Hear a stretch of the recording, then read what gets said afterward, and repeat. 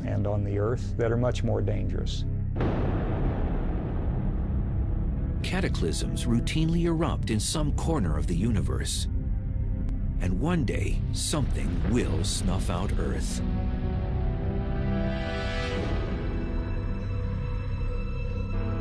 Most of the time, our ride around the sun is gentle and uneventful like this Ferris wheel. And as long as nothing gets in our way, we could go on like this for millions of years. But sooner or later, we know that this smooth ride will come to an end. We just don't know when. Sadly, our planet's ultimate demise will probably come from the very thing that provides us life.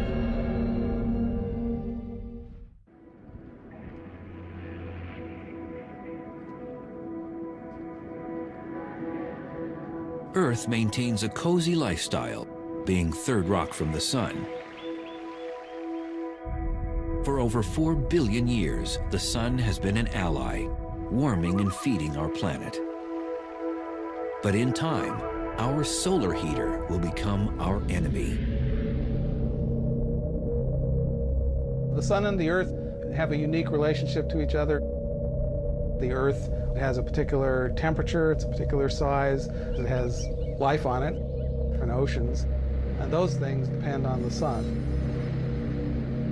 The sun is at the root of the existence of life on the Earth, and the sun will be at the root of its demise as well. Earth's relationship with the sun will become dysfunctional when our solar mother really turns up the heat.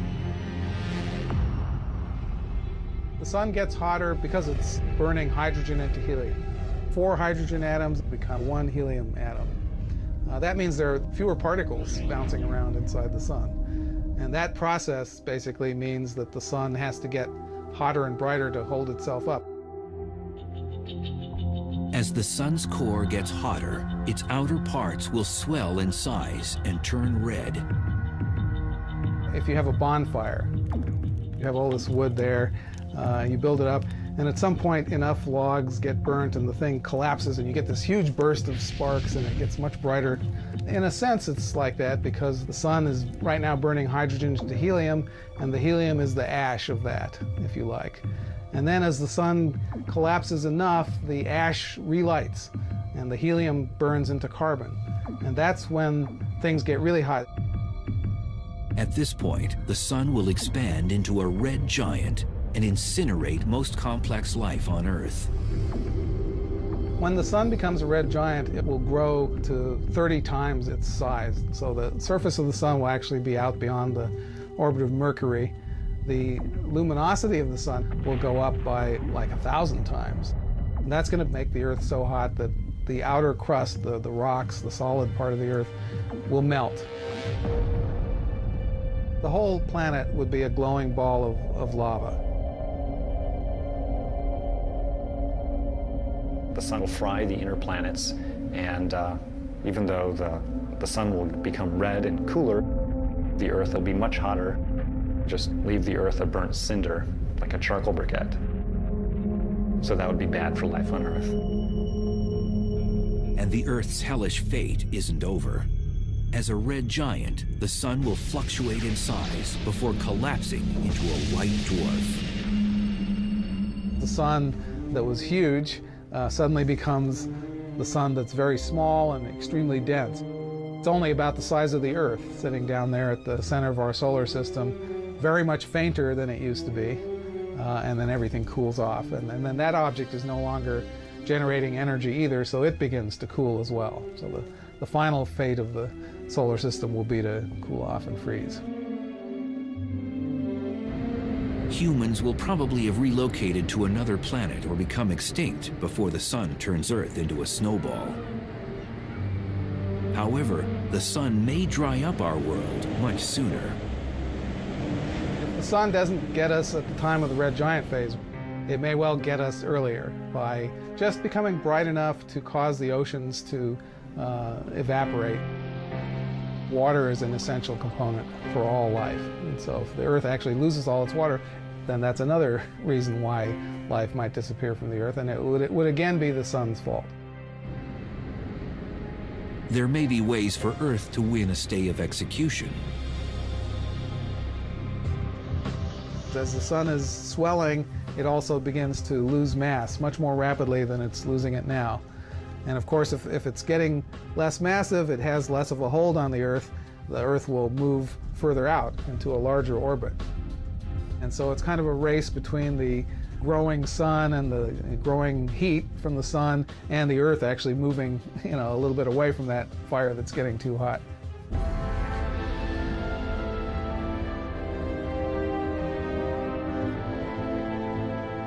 If our planet somehow manages to avoid getting fried or frozen by the sun, its future remains increasingly bleak.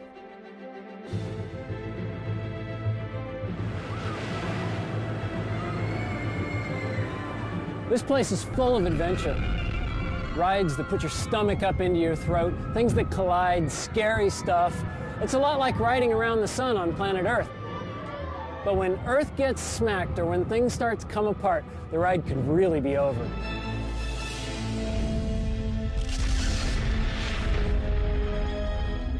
I don't know what that means for the universe to end, because I like time. I live in it. So it's hard to imagine time ending. Today, scientists contemplate our inevitable fate. In the distant future, the Earth and the entire universe may face the ultimate cosmic monster.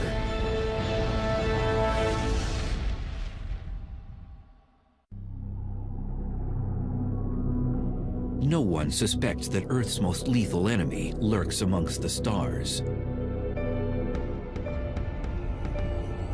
But in the future, and without prior warning, a cosmic Grim Reaper will unleash the ultimate Armageddon.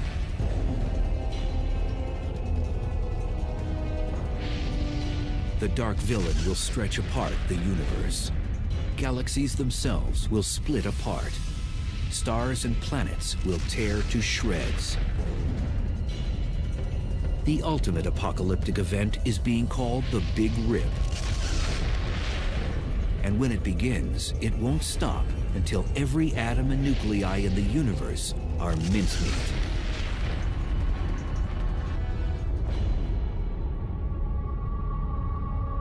The Big Rip, it really is the end of the universe.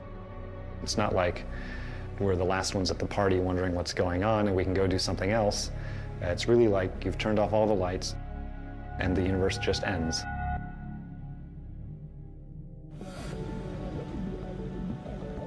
Innovative physicists Robert Caldwell and Mark Kamienowski proposed the notion of the Big Rip, a grim hypothesis about the final fate of the universe. We used to think that the universe, which is currently expanding, could reach a point of maximum expansion. The Big Rip is the idea that the expansion will not only continue and accelerate, but rip everything apart as it does so. Caldwell and Kamienowski calculated that the universe is expanding at an alarming and increasing pace, and that something is sucking everything outward like a vacuum. Acting like a galactic vice squad, these young scientists hunt for the cosmic killer. They believe a mysterious phenomenon called dark energy may be the culprit. Figuring out what dark energy is probably the #1 goal of cosmologists today. Dark energy is dark, so you can't see it. We can feel what it is. We feel it through its effects on the gravitational behavior of the universe. There could be some dark energy in this room, under the chair. It's only when you look at its properties on really big cosmological length scales, billions of light years across, that you start to see the cumulative effects of the dark energy. It causes things to be pushed farther away from each other and contributes to the expansion of the universe in a quickening pace. Edwin Hubble, whom the Hubble telescope is named after, first discovered the universe is expanding back in the 1920s. But it wasn't until 1998 when a crack team of scientists measured that this expansion is moving like a runaway train. A nice analogy is to imagine that the universe, our three-dimensional space, is like the surface of a rubber balloon that I'm blowing up. Okay, I'm going to blow up the balloon as a demonstration of the effects of the expansion of the universe. As the balloon gets bigger, that's the depiction of the expansion of galaxies. There's galaxy. Another one. Where's our galaxy? Okay. We live there. Okay, that's our home. As the universe expands, every other galaxy gets farther away from us.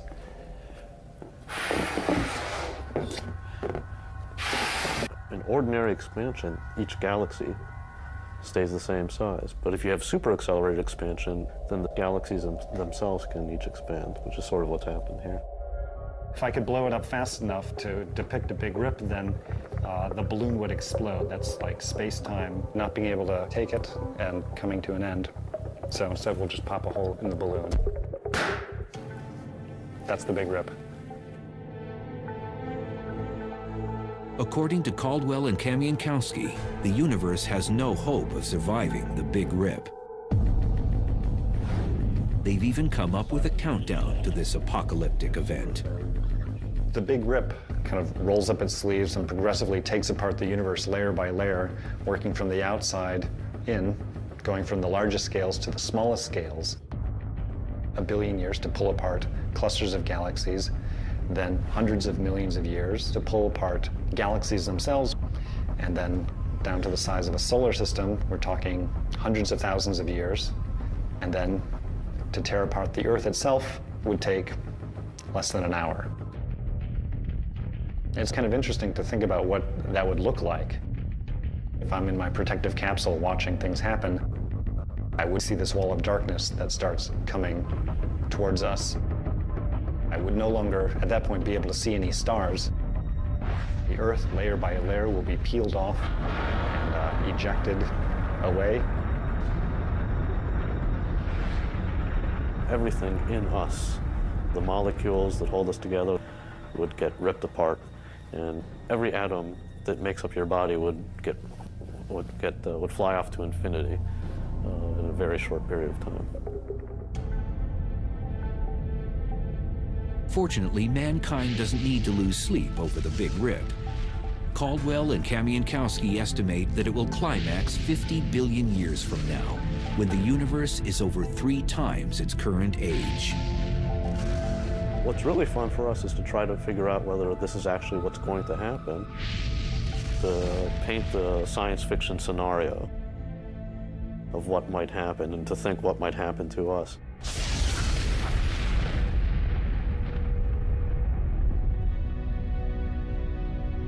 Deep space threats are real. Some could harm us tomorrow, others in the far future.